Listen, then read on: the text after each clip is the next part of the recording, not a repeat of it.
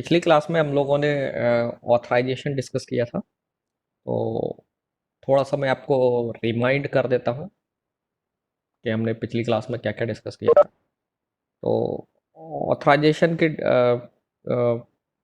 की ज़रूरत क्यों पड़ती है? एक्चुअली हम डेटाबेस में सिक्योरिटी जब इम्प्लीमेंट करना चाहते हैं तो हमारा मोटिव होता है कि हम अ, जो भी वैलिड यूजर्स हैं डेटाबेस में उनको केवल वही डेटा डिस्प्ले करें या उनको वही डेटा एक्सेस करना जिस डेटा को वो एक्सेस करना चाहिए, या उनके जॉब प्रोफाइल को उस डेटा की नीड है कि वो अपना उस डेटा के एक्सेस के बाद ही वो अपना काम कंप्लीट कर पाएंगे। ओके।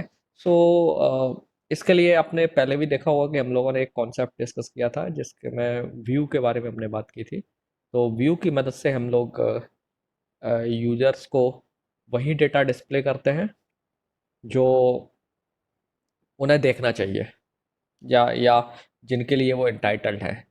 लेकिन व्यू केवल डेटा डिस्प्ले के रिगार्डिंग बात करता है, लेकिन हमें कई बार डेटा मॉडिफिकेशन और अदर जो टास्क हैं उनके लिए भी उनको भी हमें यूज़र के प्रोफाइल के अकॉर्डिंग रिस्ट्रिक्ट करना होता है कि कौन से डेटा को वो यूज़र देख पाएगा, कौन से डेटा के ऊपर वो क्या एक्शन परफॉर्म कर पाएगा, कौन से डेटा के ऊपर एक्शन परफॉर्म नहीं करने देना है। सो ऑथराइजेशन की मदद से हम लोग ये सारी चीज़ों को कंट्रोल करते हैं। ठीक। सो ऑथराइजेशन का मतलब क्या है? ऑथराइजेशन का मतलब जैसे आपको मालूम होगा कि एक अथॉरिटी ऑफर कर देना, किसी को अथॉरिटी प्रोवाइड कर देना। तो सिस्टम में जो भी वैलिड यूजर्स हैं आपके, आप उनको कुछ ऑथराइजेशंस देते हैं इन फॉर्म ऑफ प्रिविलेज। तो प्रिविलेज का मतलब है परमिशन टू डू समथिंग, ठीक है, या grant to do something. So privilege की मदद से हम ऑथराइजेशन को इम्प्लीमेंट करते हैं। ऑथराइजेशन का मतलब है कि आप जिस काम को करने की परमिशन दी गई है आप वही कर पाएँ। सो हम ऑथराइजेशन इम्प्लीमेंट करने के लिए कुछ प्रिविलेजेस को यूज़र को असाइन करते हैं, और उन प्रिविलेज को फिर हम चेक भी करते हैं कि जब यूज़र कोई एक्शन परफॉर्म कर रहा है तो वो एक्शन की प्रिविलेज उसके पास है या नहीं है। तो ऑथराइजेशन दो फ्रेम फॉर्म में काम करता है। पहले हम यूज़र को कुछ सेट ऑफ परमिशंस, या जिन्हें हम प्रिविलेज भी बोलते हैं, वो प्रिविलेज हम यूज़र को देते हैं डेटा के ऊपर कि इस डेटा आइटम के ऊपर या इन इन रिलेशन के ऊपर ये टास्क परफॉर्म कर सकता है। एंड सेकंड राउंड में जब यूजर कोई एक्चुअली टास्क परफॉर्म करता है तब हम डायनेमिकली चेक करते हैं कि जो टास्क उसने सबमिट किया है या जो क्वेरी यूजर सबमिट कर रहा है उस क्वेरी को परफॉर्म करने के उसके पास प्रिविलेजेस हैं या नहीं है। और अगर प्रिविलेज हैं तो हम वो क्वेरी को परमिशन देते हैं एग्जीक्यूट होने की, अदरवाइज हम उस क्वेरी को ब्लॉक कर देते हैं विद सम एरर मैसेज। ठीक है। सो डेटाबेस यही एक्चुअली करता है। So this slide shows the list of privileges. तो पहला है रीड प्रिविलेज। तो रीड में आप किसी भी डेटा को एक्सेस करने, रीड करने की एक्चुअली हम परमिशन दे रहे हैं। तो रीड से मेरा मतलब है कि हम उस डेटा पर सेलेक्ट क्वेरी यूजर को इशू करने की परमिशन दे सकते हैं रीड क्लोज रीड प्रिविलेज की मदद से। दूसरा है इंसर्ट प्रिविलेज। तो इंसर्ट प्रिविलेज की मदद से आप टेबल में नया डेटा इंसर्ट करने की परमिशन देते हैं। नाउ अच्छा, एक चीज़ मैं यहाँ क्लैरिफाई करना पा चाहूँगा। पिछली क्लास में मैंने आपको इंसर्ट के बारे में बोला था कि एक पूरे रिकॉर्ड पर मिलता है, तो उस समय मैं थोड़ा सा गलत था। इंसर्शन में एक चीज़ और मैं अब ऐड करना चाहूँगा कि इंसर्शन में आप कुछ सेट ऑफ कॉलम्स पर भी इंसर्शन की परमिशन दे सकते हैं। Okay. So let's say instructor table जो है, इंस्ट्रक्टर टेबल में एक तो ऑप्शन ये है कि आप पूरा रिकॉर्ड इंसर्ट करने की परमिशन दे दें, या फिर हम एक यूज़र को परमिशन दे सकते हैं कि आप इंस्ट्रक्टर के ID, name and department insert कर सकते हो, लेकिन सैलरी इंसर्ट करने की प्रिविलेज आपके पास नहीं है। तो जब भी वो यूज़र इंसर्ट करेगा तो केवल 3 वैल्यू ही इंसर्ट करेगा, सैलरी इंसर्ट नहीं करेगा। ओके। इस केस में नाउ अब ऑब्वियसली, क्योंकि जब यूज़र इंसर्ट कर रहा है, जैसे आपने इंसर्ट की प्रिविलेज दी है इंस्ट्रक्टर टेबल पर, तो वो 3 ही वैल्यू प्रोवाइड करेगा, सैलरी वैल्यू नहीं होगी। तो ये इंसर्शन तभी यूजफुल हो पाएगा, ये परमिशन आप तभी उस यूज़र को देना रिलेवेंट होगा जब सैलरी कॉलम में नल वैल्यू अलाउड हो, या डिफ़ॉल्ट वैल्यू कोई एक्चुअली अवेलेबल हो। अगर आपने सैलरी कॉलम में नल वैल्यू या डिफ़ॉल्ट नल वैल्यू अलाउ नहीं की है, या डिफ़ॉल्ट वैल्यू सेट नहीं किया है, तो फिर इस टाइप का प्रिविलेज देने से उस यूज़र को कोई बेनिफिट नहीं मिलने वाला है। ये प्रिविलेज वो एग्जीक्यूट ही नहीं कर पाएगा। Okay, so you should remember this. Then update clause, sorry update privilege. Update privilege भी आपके एक पूरे रिकॉर्ड को पर दिया जा सकता है या एक सेट ऑफ कॉलम्स पर भी दिया जा सकता है। ठीक। Then delete, delete privilege actually आपके पूरे रिकॉर्ड पर दिया जाता है। तो डिलीट प्रिविलेज अगर आप किसी यूज़र को दे रहे हैं तो वो एक पर्टिकुलर रिलेशन में जिस पर आपने प्रिविलेज दिया वहाँ से कुछ रिकॉर्ड्स को डिलीट कर सकता है। दैन कुछ और प्रिविलेज हैं जो कि डेटा के बेस की स्कीमा से रिलेटेड है, वो है index, resources, alteration and drop. तो इंडेक्स मतलब इंडेक्स क्रिएट करने की परमिशन आप दे सकते हैं एक यूज़र को किसी भी ऑब्जेक्ट पर या टेबल पर। दैन रिसोर्स क्रिएशन की भी आप परमिशन दे सकते हैं। सो रिसोर्स प्रिविलेज आप देते हैं तो रिसोर्स का मतलब है कि आप यूज़र को टेबल्स या व्यू डिफाइन करने की प्रिविलेज दे रहे हैं। तो टेबल या व्यू बनाने के लिए जो प्रिविलेज है वो है resource privilege. Okay. Alteration, alteration मतलब अल्टर कमांड इशू करने की प्रिविलेज कि आप किसी रिलेशन पर कोई अल्टर कमांड एग्जीक्यूट कर पाए। तो आपको अगर लेट से इंस्ट्रक्टर टेबल पर अल्टर कमांड इशू करने की प्रिविलेज है तो आप ये कमांड इशू कर पाएंगे, अदरवाइज नहीं कर पाएंगे।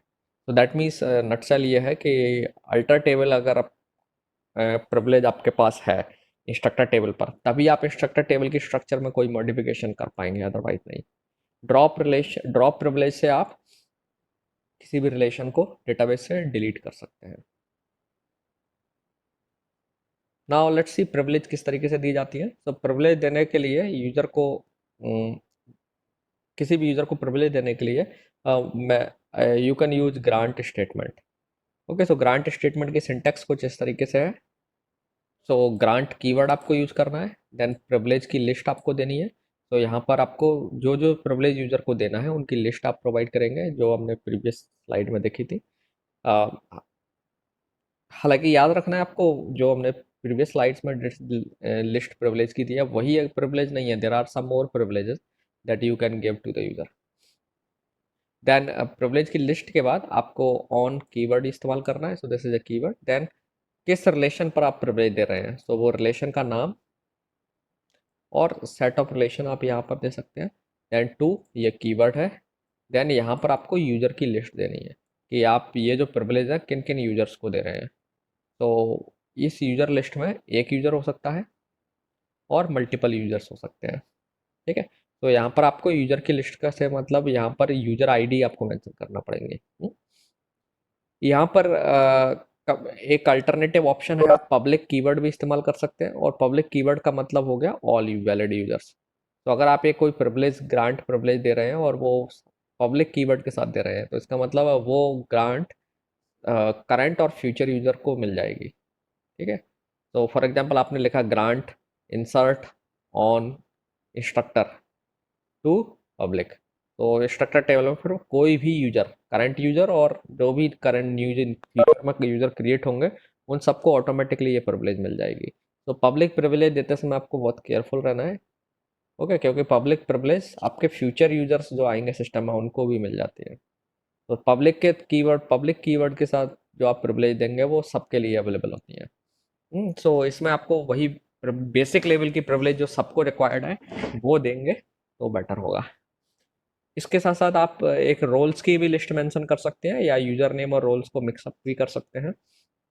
रोल के बारे में बाद में बात करेंगे। तो इसके बाद ग्रांट के बाद एक और इसमें ऑप्शन है कि आप इन प्रिविलेज को यूजर को परमिशन दे रहे हैं कि वो किसी और को भी दे पाए। तो इसके बाद हम कीवर्ड यूज कर सकते हैं विद ग्रांट ऑप्शन।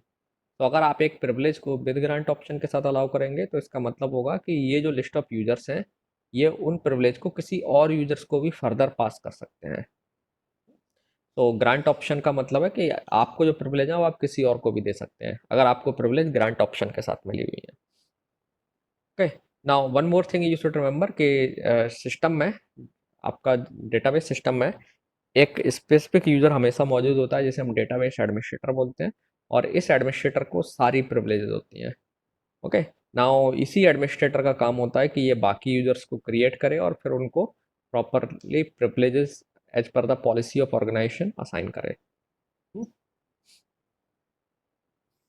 सो आपका डेटाबेस एडमिनिस्ट्रेटर एक तरीके से लिनक्स सिस्टम में एनवायरनमेंट में जो आपका रूट यूजर है वैसा ही यूजर है।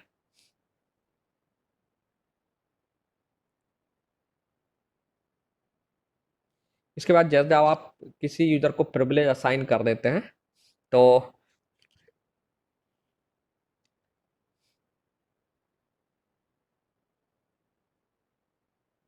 वन मोर थिंग, अगर आपको यूज़र को प्रिविलेजेस देनी है और आप चाहते हैं कि हमें सारी प्रिविलेज देनी है, एक तो है कि आप एक स्पेसिफिक सेट ऑफ प्रिविलेज देना चाहते हैं तो आपको उनको लिस्ट करना पड़ेगा। जैसे अगर आपको एक यूज़र को इंसर्ट टेबल पर अपडेट और डिलीट प्रिविलेज देना है तो आपको ग्रांट कीवर्ड में अपडेट और डिलीट प्रिविलेज को मेंशन करना पड़ेगा। लेकिन सपोज आप उस यूज़र को सारी प्रिविलेज देना चाहते हैं तो रादर देन एक एक करके सारी प्रिविलेज को लिस्ट करें, उससे बेटर है कि आप ऑल प्रिविलेज कीवर्ड इस्तेमाल कर लें। ये पेयर ऑफ कीवर्ड है, ऑल एंड प्रिविलेजेस। तो इस कीवर्ड को आप यूज करके अगर आप किसी यूज़र को प्रिविलेज दे रहे हैं तो उसे सारी प्रिविलेजेस मिल जाएंगी।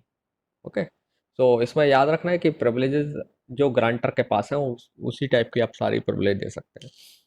ओके, सो आप लिखते हैं grant user u1 u2 u3 select,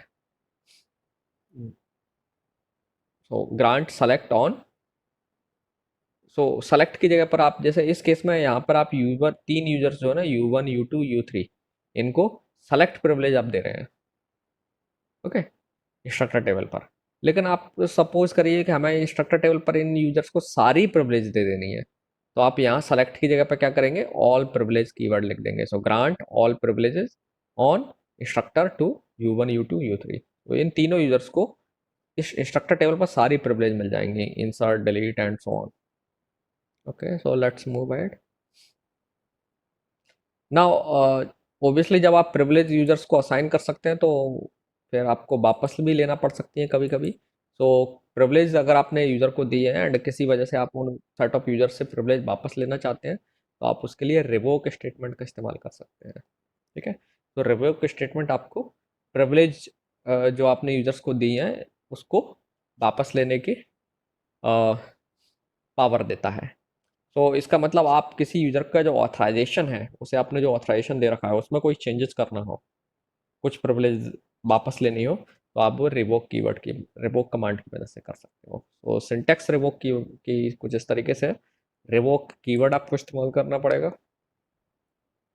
then जो भी लिस्ट ऑफ प्रिविलेज जो आप इस पर्टिकुलर यूज़र से वापस लेना चाहते हैं वो प्रिविलेज की कॉमा सेपरेटेड लिस्ट यहाँ आपको मेंशन करना होगी।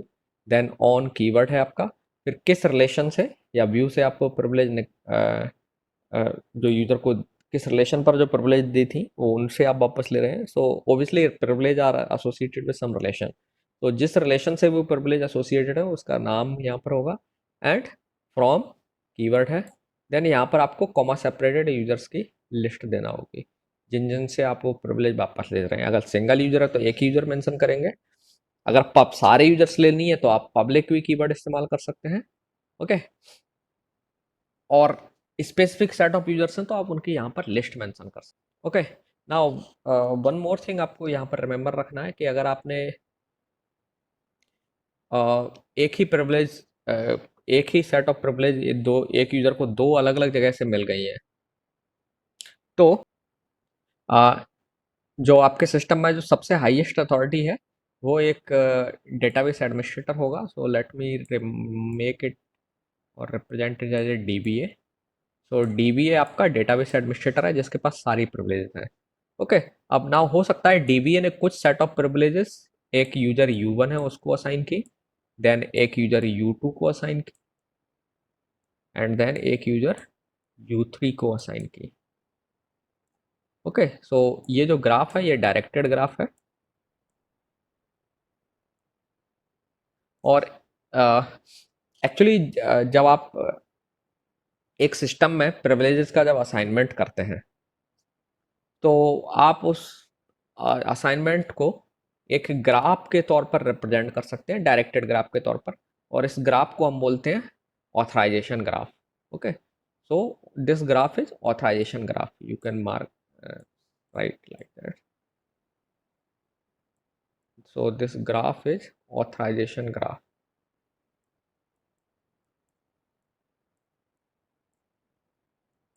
Authorisation graph. ओके, सो ये ग्राफ बताता है कि प्रिविलेज के और असाइनमेंट्स किस ऑर्डर में या किस तरीके से किए गए हैं। ओके, सो ओबियसली चूंकि आपके सिस्टम में सबसे जो अल्टीमेट यूजर है वो डेटाबेस एडमिनिस्ट्रेटर है, तो डीबीए जो है सबसे पहले बाकी के यूजर्स को प्रिविलेज देता है। सो डीबीए ने लेट्स से U1, U2 और U3 तीन यूजर्स को प्रिविलेज दिया। ओके, सो इस डायरेक्टेड ग्राफ में अगर आप एक एज ऐसा देखते हैं UI UJ, एक डायरेक्टेड एज है जो UI से UJ की तरफ जा रही है। ओके, सो इसका मतलब है यूजर UI ने यूजर UJ को कुछ प्रिविलेजेस असाइन की हैं। तो जैसे यहाँ पर आप देखेंगे मैंने लिखा हुआ है कि U1 से DBA से एक एज आई हुई है U1 के तो तरफ, तो इसका मतलब है DBA ने यूजर U1 को कुछ सेट ऑफ प्रिविलेज दिए हैं, DBA ने U2 को कुछ सेट ऑफ प्रिविलेज दिए हैं, U3 को कुछ दिए हैं। ना अब ये हो सकता है कि अगर मान लीजिए सपोज ये प्रिविलेज ग्रांट ऑप्शन के साथ दी गई थी, तो U1 हो सकता है प्रिविलेज एक दूसरे यूजर U2 को दे रहा है, सॉरी U4 को दे रहा है। तो U4 इज सम यूजर जिसे U1 से प्रिविलेज मिली है। अब मान लीजिए same set of privilege U4 को U2 से भी मिल गई। Okay, so you can see that कि जो प्रिविलेजेस U4 के पास है वो प्रिविलेज उसे दो जगह से मिली हुई है, U1 से भी और U2 से भी। ओके, सो अब सपोज दैट आप यूजर U1 जो है इसने U4 को जो दी गई प्रिविलेज है वो वापस ले ली। ओके, सो दैट मीन्स ये एज खत्म हो गई। नाउ आप देख सकते हैं स्टिल U4 के पास वही प्रिविलेजेस अवेलेबल हैं जो U2 ने उसे ऑफर की थी। ठीक है, आई एम अज्यूमिंग दैट कि U4 ने सेम U4 को U1 और U2 दोनों से सेम सेट ऑफ प्रिविलेज मिली हुई है। आई am using the term same set of, तो सेम सेट ऑफ प्रिविलेज है। U1 ने वो प्रिविलेज U4 से वापस कर ली, लेकिन आप देख रहे हैं कि रिवोकेशन के बाद भी U4 के पास वो प्रिविलेज हो सकती है। तो ऐसा पॉसिबल तब है जब एक ही यूजर को मल्टीपल यूजर से प्रिविलेज मिली हुई हो। ओके, नाउ इसमें आप देखेंगे जब किसी यूजर के पास प्रिविलेज है, कोई भी प्रिविलेज है, तो आप देखेंगे कि प्रिविलेज के लिए एक आपको रूट से पाथ मिलेगा। ध्यान रखना इस ऑथराइजेशन ग्राफ में रूट हमेशा एडमिनिस्ट्रेटर होगा, दैट मीन्स डेटाबेस एडमिनिस्ट्रेटर होगा। देन एक यूजर को प्रिविलेज अगर है कुछ भी, तो you will have a path that will start from originate from DBA and will end to some user। तो अगर एक यूजर के DBA से यूजर के पास एक कोई पाथ आ रहा है, तो इसका मतलब है इस यूजर को कुछ प्रिविलेजेस हैं। नाउ सपोज अगर एक वर्टेक्स ऐसे है V8, V की जगह पे late me make it U8। Now आप U8 को देखें, U8 इस ग्राफ का पार्ट है सपोज दैट। नाउ U8 को कोई भी प्रिविलेज नहीं है। ये कैसे पता चला? आप देख रहे हैं DBA से U8 की तरफ कोई भी पाथ नहीं है। सो U8 is a kind of disconnected node from the graph. तो इसका मतलब U8 को कोई भी प्रिविलेज नहीं मिली हुई है। ओके, सो किसी भी यूजर को कोई प्रिविलेज अगर मिली हुई है तो आप उसे ऑथराइजेशन ग्राफ से चेक कर सकते हैं। ऑथराइजेशन ग्राफ में अगर DBA से उस पर्टिकुलर यूजर तक कोई पाथ है, एक एटलीस्ट एक पाथ है, देन यू दैट रिप्रेजेंट्स कि यूजर के पास कुछ प्रिविलेज हैं। अगर वो पाथ नहीं है, दैट मीन्स यूजर के पास कोई प्रिविलेज नहीं है।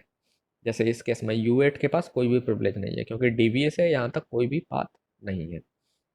ओके, सो ऑथराइजेशन ग्राफ से आपको ये भी पता चल सकता है कि एक पर्टिकुलर यूजर को किन किन यूजर से प्रिविलेजेस मिली हुई हैं।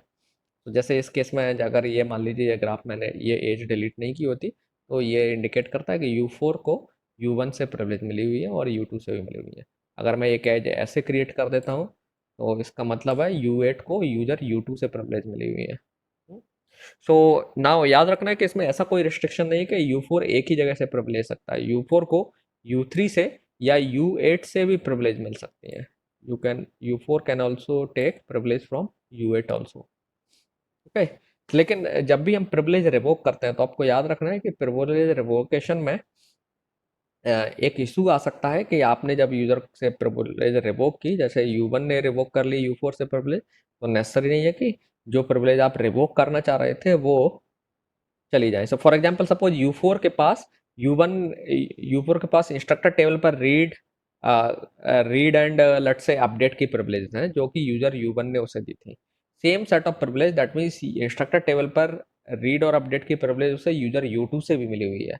तो अगर आप U1 से वापस कर लेंगे प्रिविलेज, तो U2 के रास्ते से उसके पास जो प्रिविलेज थी वो अभी भी अवेलेबल है। तो रेवोकेशन करते समय आपको इसको ध्यान रखना है। ओके, नाउ रेवोकेशन लिस्ट में जैसा कि मैंने बताया पब्लिक है, तो सारे यूजर्स की प्रिविलेज वापस हो जाएंगे। दो पाथ से आपको मिलती है, तो एक पाथ से रिवोक करने पर स्टिल कुछ प्रिविलेज बची रह सकती है। ओके, वन मोर थिंग कि कई बार क्या होता है कि एक यूजर को जो प्रिविलेज मिली है उससे एसोसिएटेड बाकी और जो प्रिविलेज हैं तो वो भी वापस हो जाती हैं। फॉर एग्जाम्पल, सो यहाँ मतलब ये है कि सपोज दैट U1 जो है उसने U2 को कुछ प्रिविलेज दी है। ओके, एंड U2 ने लेट्स से U3 को कुछ प्रिविलेज दे दी। नाउ U1 से जो प्रिविलेज मिली थी वो U2 के पास है, और U2 ने इन प्रिविलेज को U3 को ट्रांसफर कर दिया। नाउ सपोज दैट जो सिस्टम में व्हाट हैपेंस कि U1 ने लेट्स से U2 को जो प्रिविलेज दी थी वो वापस ले ली। ओके, सो जब ये प्रिविलेज U2, याद रखना है कि U3 के पास किसी और अल्टरनेट वे से वो प्रिविलेज नहीं है। तो अगर आपने U2 से वो प्रिविलेज ले ली, तो लेट्स से वो प्रिविलेज के नाम I am using just some variables है, वेरिएबल नेम। सो ये ABC प्रिविलेज थी किसी भी रिलेशन पर जो U2 को मिली हुई थी, एंड U2 ने यही प्रिविलेज U3 को पास कर दी थी। नाउ अब जब ये प्रिविलेज U2 से वापस ली जा रही है, तो ये प्रिविलेजेस अब U3 से भी वापस ले ली जानी चाहिए, है ना। तो these privilege should also be revoked, क्योंकि ये प्रिविलेज यूजर जिस यूजर ने आपको दी थी अब इस यूजर के पास भी वो प्रिविलेजेस नहीं है। So those privilege should be revoked, क्योंकि ये जो प्रिविलेजेस आपको मिली है वो इस इन सेट ऑफ प्रिविलेज पर डिपेंड है।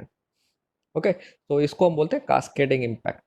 हालांकि इस इम्पैक्ट को हम रोक सकते हैं रेस्ट्रिक्ट कीवर्ड का यूज करके। ठीक है, वी विल सी दैट। तो जब अभी आप कोई प्रिविलेज रिवोक करते हैं, तो प्रिविलेज रिवोक होने पर एक्चुअली ये होता है कि एक यूजर ने जो प्रिविलेज दी थी, सो U1 ने U2 को प्रिविलेज दी थी, अगर U1 से कोई प्रिविलेज वापस होती है तो अल्टीमेटली U1 ने जो U2 को प्रिविलेज दी थी और U2 ने U3 को प्रिविलेज दी थी, ये सारी प्रिविलेज रिवोक होनी चाहिए।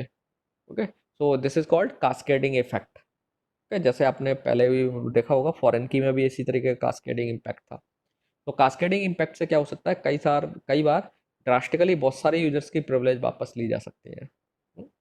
तो अब आपको ये देखना है कि कास्केडिंग आपके लिए प्रेफरेबल है या नहीं है। आप एक्चुअली रियली चाहते हैं कि U1 ने जो प्रिविलेज दी थी वो U2 और U3 से वापस लेना है, तो आप कास्केडिंग इम्पैक्ट को एज इट इज रह सकते हैं, जो कि डिफॉल्ट बिहेवियर सिस्टम का ध्यान रखना।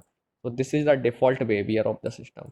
तो डिफॉल्ट बिहेवियर का मतलब है कि बाय बाय डिफॉल्ट अपने आप अगर एक यूजर ए ने बी को प्रिविलेज दी है, या लेट्स से U1 ने U2 को दी है, U2 ने U3 को दी है, U3 ने U4 को प्रिविलेज दी है।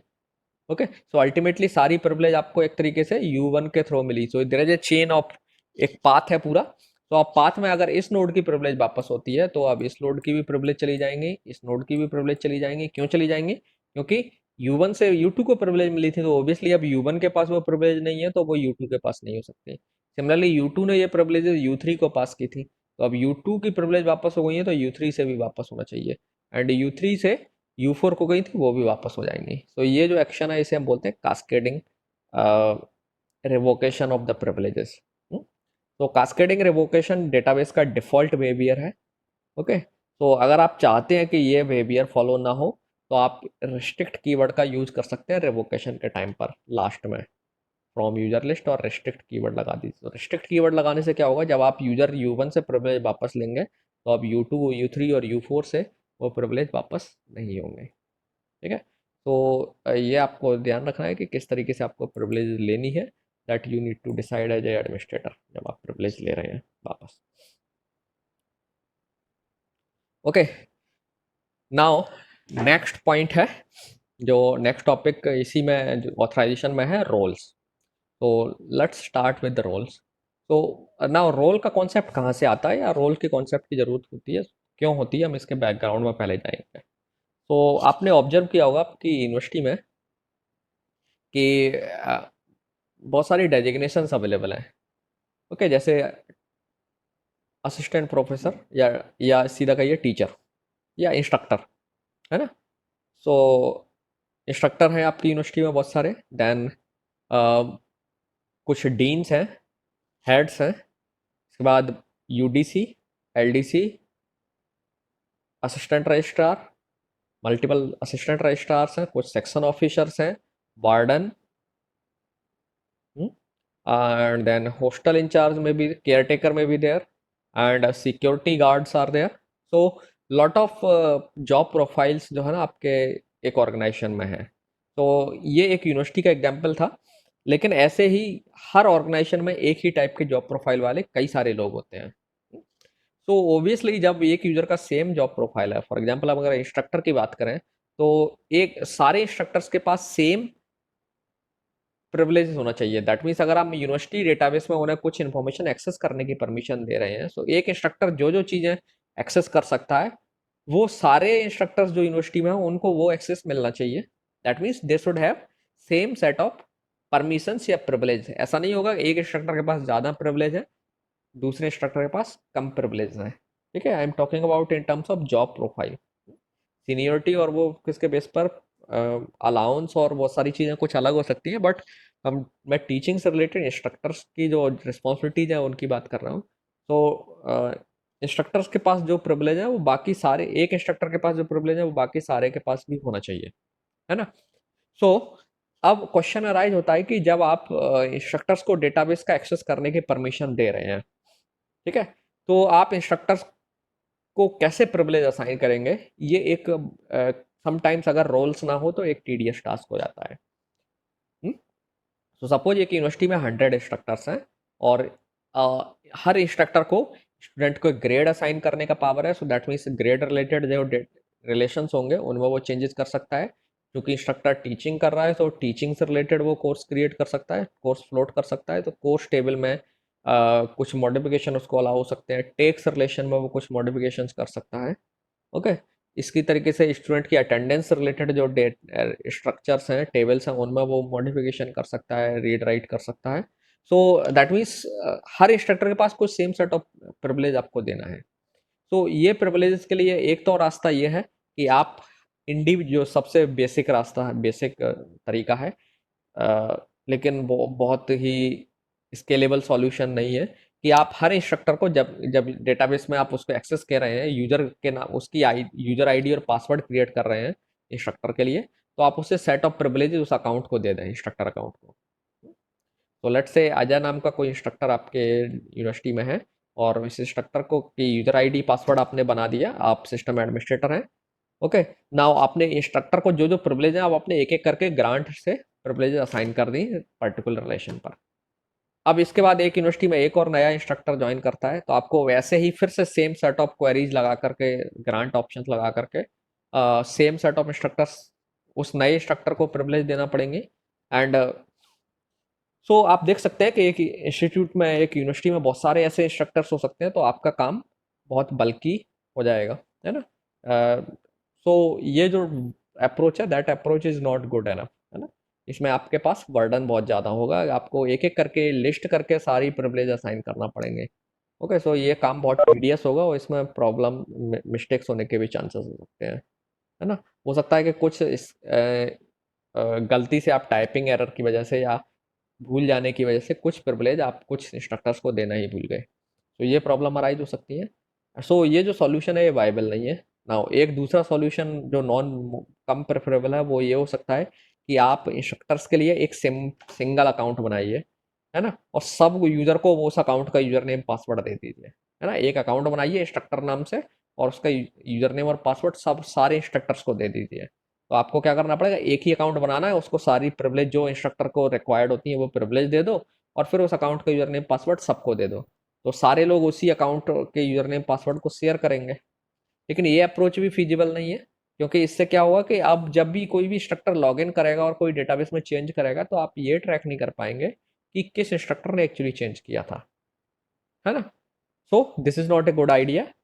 तीसरी अप्रोच क्या है कि दैट इज वो रोल बना करके करने की है। तो आप एक्चुअली क्या कर सकते हैं, पहले एक इंस्ट्रक्टर रोल बना लीजिए, तो आप क्रिएट रोल करके एक रोल डिफाइन कर सकते हैं, क्रिएट रोल। ये जैसे क्रिएट टेबल होती है, इसी तरीके से एसक्यूएल में एक कमांड है क्रिएट रोल और let's say instructor.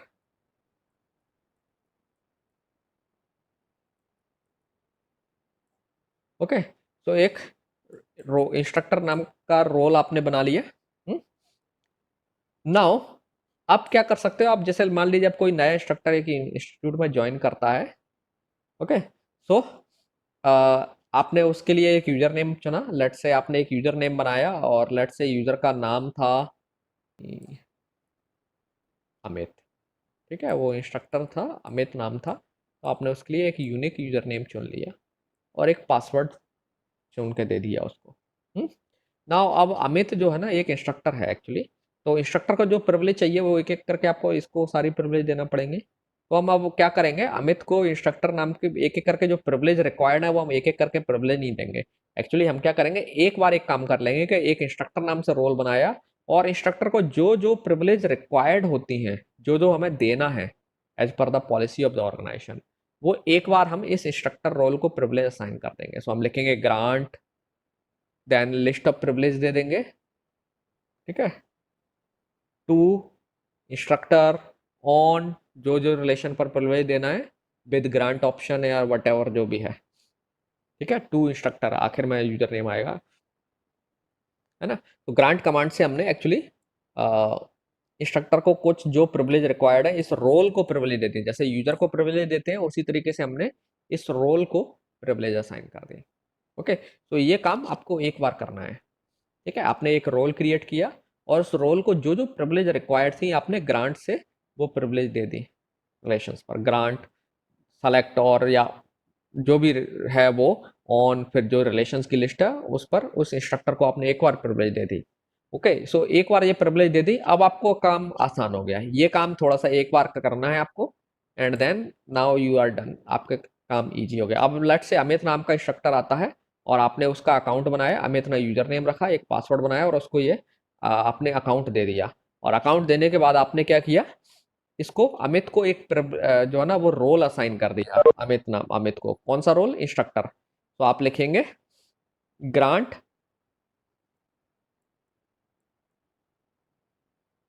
Role assign करने का तरीका है अगेन ग्रांट कमांड से, ग्रांट इंस्ट्रक्टर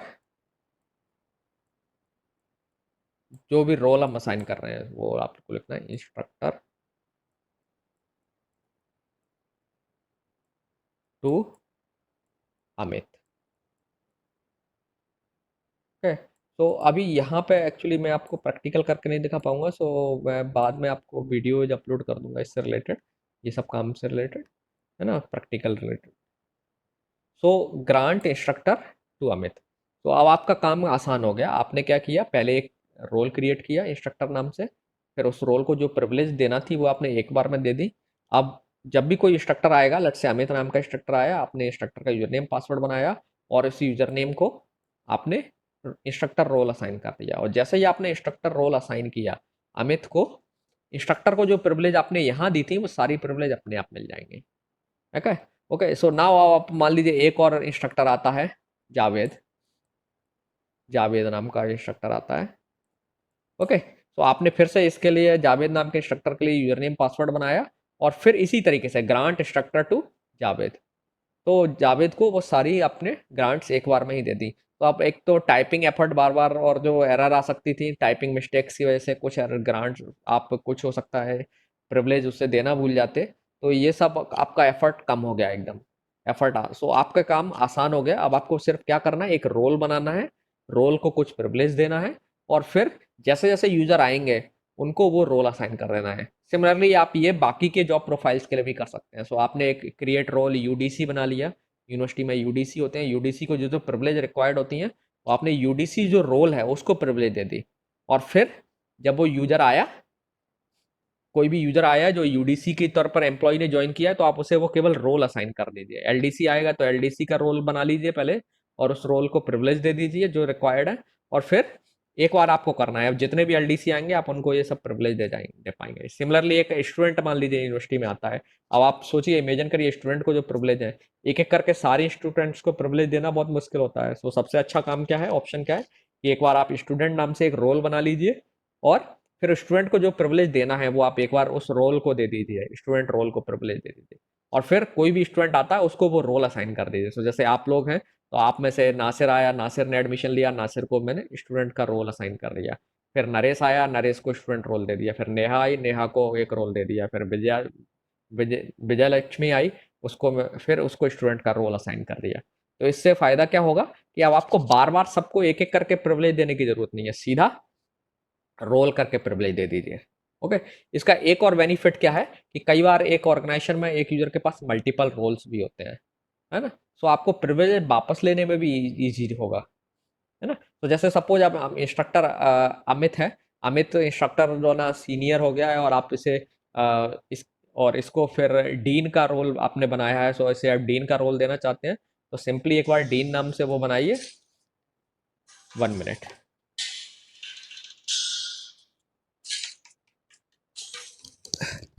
तो हम लोग कहाँ थे? सो मैं बोल रहा था कि एक बार आप जब रोल बना लेते हैं तो रोल से प्रिविलेज असाइन करना भी आसान हो जाता है और फिर रिवोक करना है वो भी आसान हो जाता है। अब जैसे मान लीजिए अगर हमने रोल नहीं बनाया होता और इंस्ट्रक्टर अमित जो है इसे इंस्ट्रक्टर की प्रिविलेज जो दी थी, अगर सारी प्रिविलेज या आपको सारी प्रिविलेज इससे वापस लेनी है तो प्रिविलेज वापस लेने के लिए मुझे एक एक करके सारी प्रिविलेज लिस्ट करना पड़ती है ना। तो वो एक टीडियस टास्क हो जाता।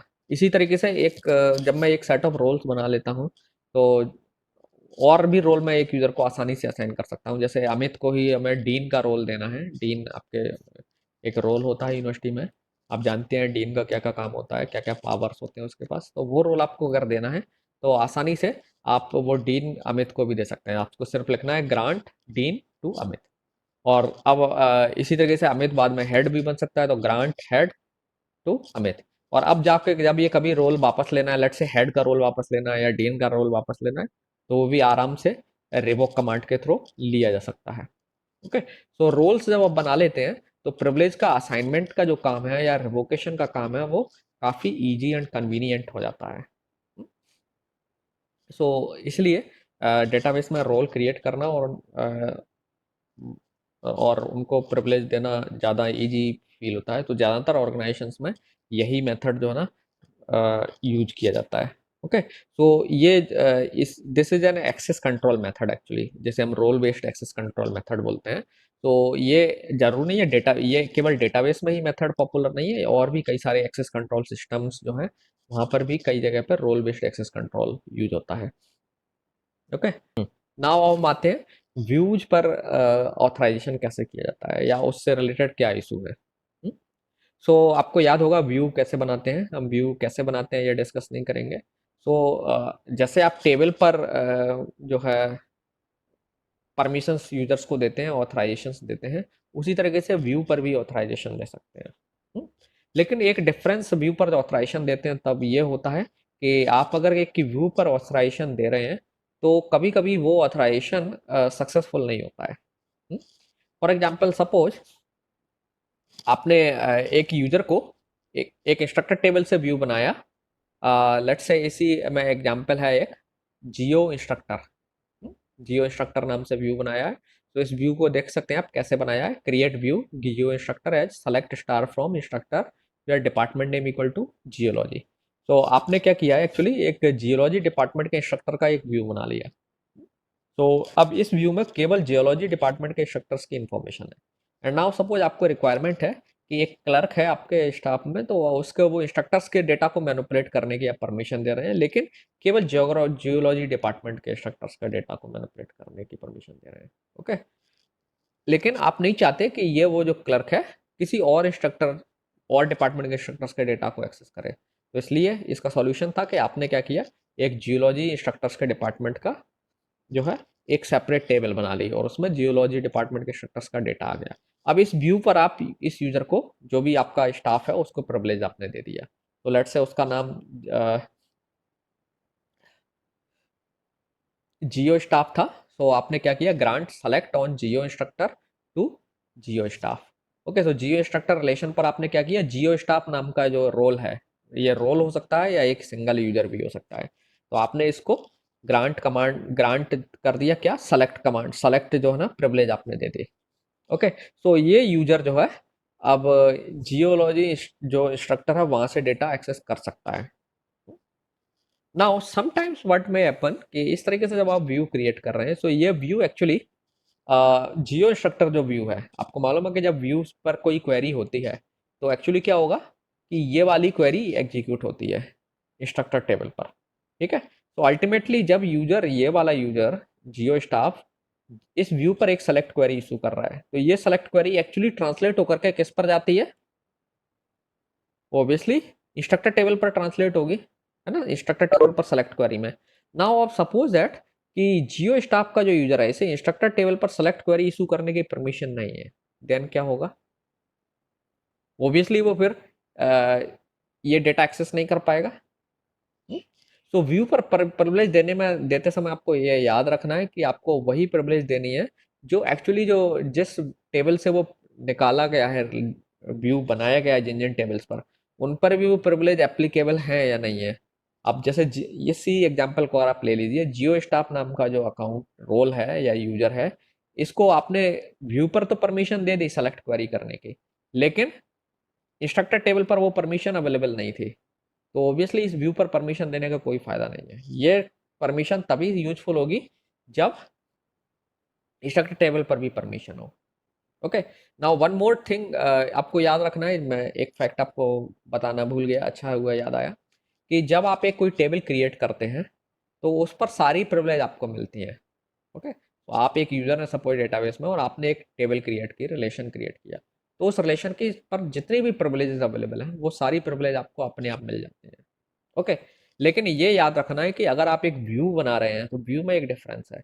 जब आप एक टेबल से व्यू बना रहे हैं तो व्यू बनाने पर आपको सारी परमिशन नहीं मिलती है व्यू के ऊपर, कुछ परमिशंस आपको मिल सकती हैं और कुछ परमिशन नहीं भी मिलेंगी, तो वो डिपेंड करता है कि जिन जिन टेबल से आपने व्यू बनाया है उन पर क्या क्या प्रिविलेज है। तो फॉर एग्जांपल आपने एक व्यू बनाया और आप सोच रहे हैं कि हमें उस पर रीड राइट करने की परमिशन मिल जाएगी, सेलेक्ट क्वेरी भी इशू कर सकते हैं, इंसर्ट अपडेट भी कर सकते हैं, ऐसा पॉसिबल नहीं है। हाँ, ये प्रिविलेज आपको तभी अपने आप मिलेंगे जब लेट से आपने इंस्ट्रक्टर टेबल से व्यू बनाया है और इंस्ट्रक्टर टेबल पर आपको रीड राइट सेलेक्ट ये प्रिविलेज थी, रीड की प्रिविलेज थी, अपडेट की प्रिविलेज थी और लेट से डिलीट की प्रिविलेज थी। तो आपने इंस्ट्रक्टर रिलेशन से एक व्यू बनाया, ओके, तो उस व्यू पर आपने बनाया है तो आपको ये तीनों परमिशन अपने आप मिल जाएंगे क्योंकि ये ओरिजिनल रिलेशन पर आपके पास ऑलरेडी थी। ओके, लेकिन अगर आप इंस्ट्रक्टर टेबल से एक व्यू बना लें और लेट से उस पर आपको केवल सेलेक्ट की प्रिविलेज थी और आप उम्मीद कर रहे हैं या आप सोच रहे हैं कि आपको अपडेट की प्रिविलेज व्यू पर मिल जाएगी या डिलीट की प्रिविलेज मिल जाएगी, नहीं मिलेगी। ओके, तो ये एक्चुअली डिपेंड करता है कि जो जिस टेबल से व्यू बनाया गया है उस पर आपकी क्या प्रिविलेजेस थी। अदरवाइज वो प्रिविलेज आपके पास नहीं है तो व्यू पर आपके प्रिविलेज देने से कोई फायदा नहीं होगा कि वो प्रिविलेज अल्टीमेटली सक्सेसफुल नहीं रहेंगी और जब आप क्वेरी इशू करने की कोशिश करोगे तो डेटाबेस आपको वो प्रिविलेज को यूज करने से डिनाई कर देगा। ओके, सो ये फैक्ट आपको याद रखना है व्यू से रिलेटेड। नाउ एक छोटा सा पॉइंट है, थोड़ा सा आपको मुश्किल लग सकता है but I will try to explain it. Reference privilege. Okay, so ये एक प्रिविलेज है जो आपको फॉरेन की क्रिएट करने की परमिशन देता है। तो अगर आप किसी टेबल पर किसी यूजर को फॉरेन की परमिशन क्रिएट करने की परमिशन देना चाहते हैं तो आप इसे असाइन कर सकते हैं ऐसे। तो जैसे see this example, grant reference bracket में department name on department to Mariano.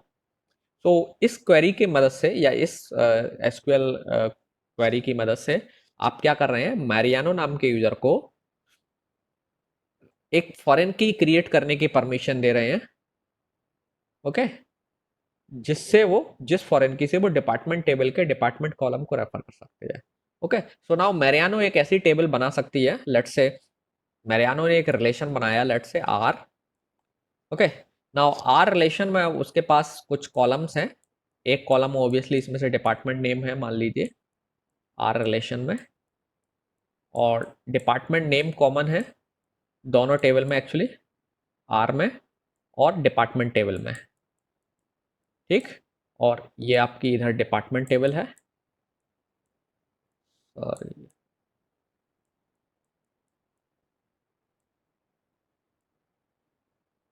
ये डिपार्टमेंट टेबल है। ओके। और डिपार्टमेंट टेबल में डिपार्टमेंट कॉलम होगा, आपको याद है इसकी स्ट्रक्चर क्या है। नाउ आपने चूंकि इस मरियानो को फॉरेन की क्रिएट करने की परमिशन दी है, किस टेबल पर?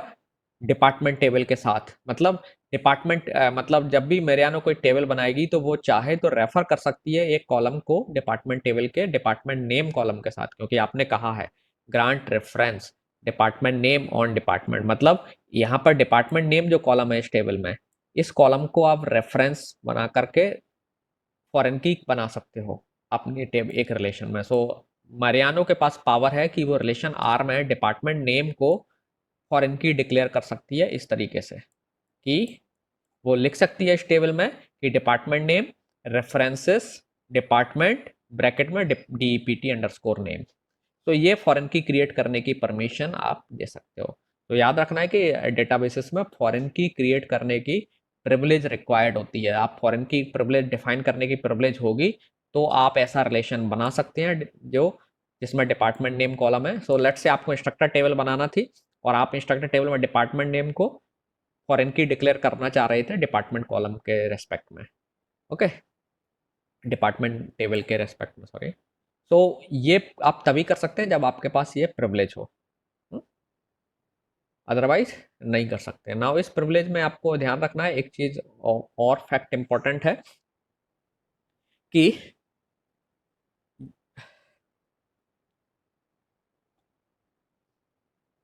ये प्रिविलेज एक्चुअली केयरफुली असाइन करना है, क्योंकि कई बार ये दूसरे यूजर्स की प्रिविलेज को हिंडर कर सकती है, उनकी प्रिविलेज को बाधित कर सकती है। वो जो प्रिविलेज इस्तेमाल करना चाह रहे हैं वो नहीं भी कर पाएंगे, समटाइम्स इट में अपन।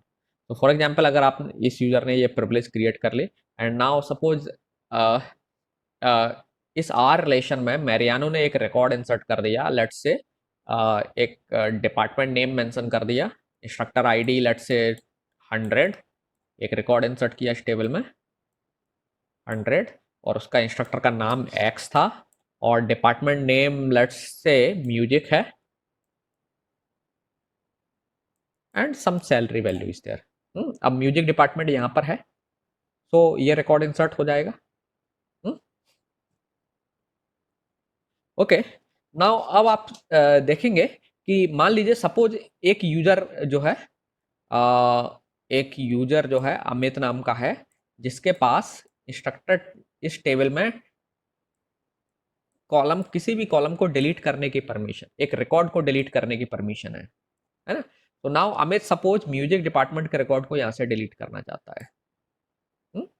और ध्यान रखना सपोज दैट कि डिपार्टमेंट है उसमें कास्केड ऑपरेशन डिफाइंड है। कास्केड मतलब डिलीशन के लिए, जब फॉरेन की में आपको याद होगा डिलीशन जब हम करते हैं तो कास्केड एक इम्पैक्ट आप रख सकते हो। ओके, सो अमित ने ये रिकॉर्ड डिलीट किया। नाउ ये जो रिकॉर्ड डिलीट होने के बाद अब इसकी वजह से क्या होगा, and let's say music department का ये अमित ने रिकॉर्ड डिलीट किया। नाउ म्यूजिक डिपार्टमेंट का जब रिकॉर्ड डिलीट हो रहा है तो कास्केडिंग इम्पैक्ट की वजह से ये रिकॉर्ड भी डिलीट होना चाहिए। यस, है ना, ध्यान से सुनना है आपको। ये रिकॉर्ड भी डिलीट होना चाहिए, लेकिन आपको मालूम है अमित के पास तो केवल इसी रिकॉर्ड को डिलीशन की परमिशन है, इसी टेबल पर, इसी टेबल में डिलीशन करने की परमिशन है, इस टेबल में डिलीशन नहीं कर सकता अमित। तो इस तरीके से आप देख रहे हो आपने मरियाने को फॉरेन की बनाने की परमिशन तो दे दी, लेकिन अब इसके इस एक्शन की वजह से अमित जो है ना इसमें डिलीशन नहीं कर सकता, जबकि अमित को आपने डिलीशन की परमिशन दे रखी है। ओके, सो फॉरेन की परमिशन जब आप ग्रांट कर रहे हैं तो आपको ऐसे सिचुएशंस को अवॉइड करना है, ध्यान रखना है आपको, क्योंकि अ, आप किसी पर्सन को एक फॉरेन की क्रिएट करने की परमिशन दे रहे हैं और उस परमिशन की वजह से किसी दूसरे यूजर की कुछ परमिशंस एक्सरसाइज करने में आपको दिक्कत हो सकती है। Okay, let me repeat again, अगर आपको समझ में नहीं आया, ये थोड़ा सा कॉम्प्लिकेटेड है, मैं फिर से बताता हूँ मैं क्या कह रहा था कि जब आप ग्रांट रेफरेंस रेफरेंस जो प्रिविलेज है वो असाइन करते हैं किसी भी यूजर को, तो आपको थोड़ा सा केयरफुल रहना है, क्योंकि ये प्रिविलेज की वजह से कभी कभी सम केसेस में किसी दूसरे यूजर की प्रिविलेज जो है छिन सकती हैं या वो उन अपनी प्रिविलेज को एक्सरसाइज नहीं कर पाएगा। फॉर एग्जाम्पल अभी मान लीजिए कि मैरियानो ने एक टेबल बनाई, इंस्ट्रक्टर भी मान सकते हैं आप इसको, इंस्ट्रक्टर में ID name department name and salary ये नाम की टेबल बनाई, और इसमें उसने क्या किया, डिपार्टमेंट नेम जो कॉलम है इसे फॉरेन की डिक्लेयर कर दिया, और ये कॉलम को उसने सेट कर दिया कि ये कॉलम हमेशा डिपार्टमेंट कॉलम को रेफर करे। तो इसमें जब भी मॉडिफिकेशन होगा तो इंसर्शन होगा तो यहाँ वैल्यू को चेक कर लिया जाएगा। ये फॉरेन की का कॉन्सेप्ट है। ओके, नाउ सपोज दैट कि अब चूंकि मैरियानो ने ये टेबल क्रिएट किया तो वो इसमें कोई भी रिकॉर्ड इंसर्ट कर सकती है। सो इसने सपोज एक ऐसे रिकॉर्ड इंसर्ट कर लिया म्यूजिक डिपार्टमेंट के इंस्ट्रक्टर का, जो म्यूजिक डिपार्टमेंट यहाँ था, तो आराम से रिकॉर्ड इंसर्ट हो गया, कोई फॉरेन की का वायोलेशन नहीं हुआ। नाउ सपोज दैट कि अब अमित नाम का एक पर्सन है, इसके पास इसमें कोई भी रिकॉर्ड डिलीट करने की परमिशन है, और अमित म्यूजिक नाम डिपार्टमेंट के रिकॉर्ड को डिलीट करना चाहता है। ओके, जब आपने म्यूजिक डिपार्टमेंट के रिकॉर्ड को डिलीट करना है तो ऑब्वियसली आपको मालूम है, जब अगर आपने कास्केड इफेक्ट यूज किया हुआ है तो इस म्यूजिक डिपार्टमेंट के रिकॉर्ड के डिलीशन की वजह से यहाँ पर म्यूजिक डिपार्टमेंट के जितने भी रिकॉर्ड हैं वो सब डिलीट होंगे, है ना। लेकिन आपको मालूम है कि डिलीशन के लिए अमित के पास केवल यहाँ की परमिशन है। Amit can only delete here. Amit को इस टेबल में डिलीशन की प्रिविलेज है ही नहीं है। अगर है तो हो जाएगा, ये कोई फिर प्रॉब्लम नहीं आएगी। अगर अमित को इन दोनों टेबल में डिलीशन की प्रिविलेज है तो कोई इशू नहीं है। लेकिन सपोज ऐसा सिनेरियो अमित केवल इस टेबल में डिलीशन कर सकता है, इसमें उसे प्रिविलेज नहीं मिली है, तो ये जो कास्केडिंग की वजह से यहाँ डिलीशन पॉसिबल, डिलीशन करने जाएंगे लेकिन यहाँ पॉसिबल नहीं हो पाएगा क्योंकि अमित के पास यहाँ परमिशन नहीं है। ओके, तो this is one example scenario जहां पे आप अगर एक फॉरेन रेफरेंस की जो ग्रांट है किसी को दे रहे हैं तो इसकी वजह से कुछ यूजर्स की जो ग्रांट है वो हैम्पर हो सकती हैं। तो ये आपको केयरफुल रहना है ऐसा काम करते समय।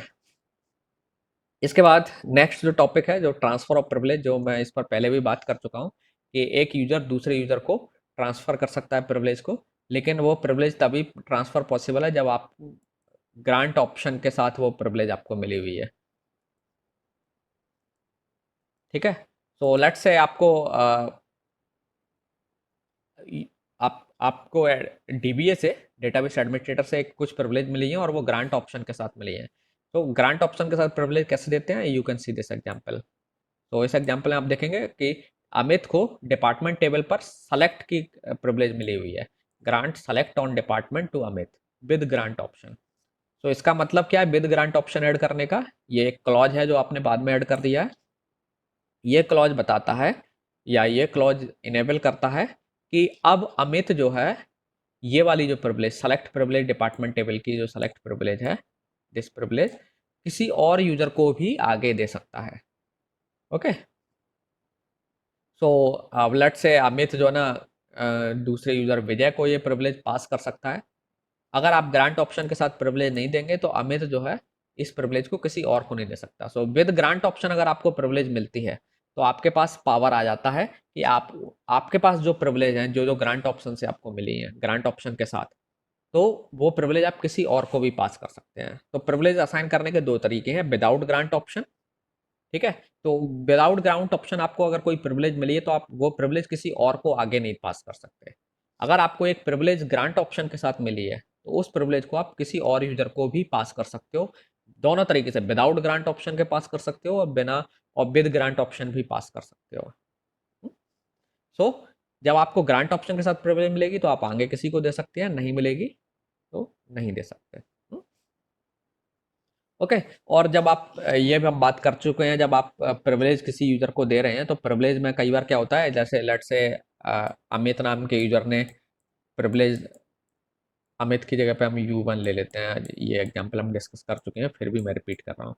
U1 को प्रिविलेज, U1 ने U2 को प्रिविलेज पास की, U2 ने U3 को प्रिविलेज पास की, और U3 ने लेट से U4 को privilege the. Okay, now suppose that U1 ने U2 से प्रिविलेज वापस ले लें। ओके, सो आपने जब प्रिविलेज रिवोक कर रहा है, जब U1 प्रिविलेज रिवोक कर रहा है तो उसके पास दो तरीके हैं प्रिविलेज रिवोक करने के। एक तो है कास्केड कीवर्ड के साथ, जैसे आपने इसमें एग्जांपल दिया हुआ है, कास्केड कीवर्ड के साथ इस तरीके से लास्ट में कास्केड कीवर्ड ऑप्शन यूज कर लेगा। तो कास्केड कीवर्ड जैसा ही ऑप्शन किया इसने, U1 ने लिखा रिवोक्ड, रिवोक, और जो भी प्रिविलेज थी वो टेबल का नाम जहां पर जिस प्रिविलेज थी फ्रॉम U2 और कास्केड लिख दिया। तो इसका मतलब क्या हो गया, ये प्रिविलेज U2 से वापस हो जाएंगे, U3 से भी वापस हो जाएंगे और U4 से भी वापस हो जाएंगे। U3 और U4 से वापस क्यों हुई प्रिविलेज? क्योंकि ये प्रिविलेज U2 ने U3 को दी है और U3 ने U4 को दी है। तो अल्टीमेटली दोनों को जो प्रिविलेज है, U3 और U4 को जो प्रिविलेज मिली है वो U2 से मिली है। और जब U2 से प्रिविलेज वो छीनी जा रही है तो ऑब्वियसली कास्केड ऑपरेशन यूज हो रहा है, तो U3 और U4 से भी प्रिविलेज छिन जाएंगे। हाँ, अगर आप इसी में कास्केड की जगह पर रिस्ट्रिक्ट कीवर्ड लगा देंगे, कास्केड हालांकि डिफॉल्ट बिहेवियर है, आप अगर कुछ भी नहीं लगाएंगे तब भी सारी प्रिविलेज वापस होंगे। तो अगर आप सिंपली ऐसे भी लिखते हैं रिवोक जो भी प्रिविलेज की लिस्ट है, प्रिविलेज लिस्ट ऑन टेबल का नाम फ्रॉम U2, सिंपली ऐसे ही लिख दिया, तब भी सारी U2 U3 U4 तीनों से प्रिविलेज वापस ले ली जाएगी। लेकिन अगर आपने लिखा रिवोक, देन प्रिविलेज की जो भी लिस्ट रिवोक कर रहे हैं आप उनका नाम कॉमा सेपरेटेड लिस्ट ऑन, जिस टेबल पर से प्रिविलेज ले रहे हैं, जिस टेबल पर वो प्रिविलेज थी वो टेबल का नाम from U2 comma restrict, sorry comma नहीं आएगा, स्पेस आएगा, U2 रिस्ट देन रिस्ट्रिक्ट। तो रिस्ट्रिक्ट कीवर्ड लगाने का मतलब हो गया कि जब आपने प्रिविलेज रिस्ट्रिक्ट कीवर्ड के साथ वापस लिए हैं तो अब U3 और U4 से प्रिविलेज नहीं छीनी जाएंगी, इनकी प्रिविलेज बची रहेंगी। Okay, so this is your authorisation. Okay then bye.